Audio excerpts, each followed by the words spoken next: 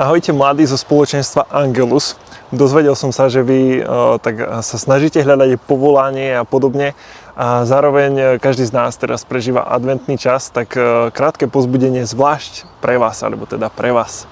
Chcem vás povzbudiť, aby ste v tomto kráčaní neboli sami. Ako na to, lebo častokrát sami sa cítime a ja sám to poznám veľmi dobre. Skúsme sa modliť k svätým, napríklad k svätému Jozefovi a Panne Márii.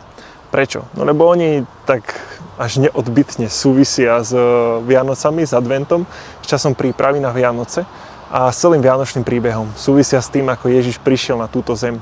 Títo dvaja svätí, svätý Jozef a Panna Mária, boli ochotní utekať pred vojakmi, boli ochotní zdať sa svojho pohodlia, boli ochotní možno vstupovať do veci, ktoré absolútne neboli príjemné a v tom všetkom až tak nadprirodzene si uchovávali pokoj. Isté, myslím si, že sa báli. Isté mali až taký stres podľa mňa a podobne.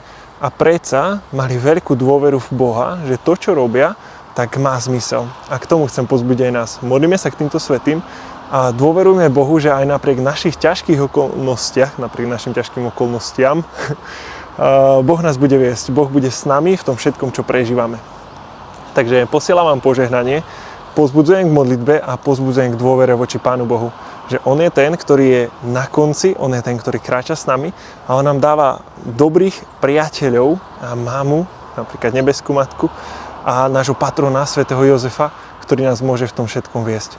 Takže povzbudzujem vás, majte ešte požehnaný čas adventu, požehnaný čas prípravy na prijatie Ježiša a skúsme do toho viac vstupovať. A ešte posledná vec, ja sa snažím teraz dávať ako pokánie častokrát ľuďom, nech sa pomodlia desiatok ruženca, ktorého si Pána so svätým Jozefom v chráme našla. Aby Jozef a Mária nás viedli k stretnutiu s Ježišom v chráme, v osobnej modlitbe, v čase ticha. Majte ešte požehnaný deň. Ahojte.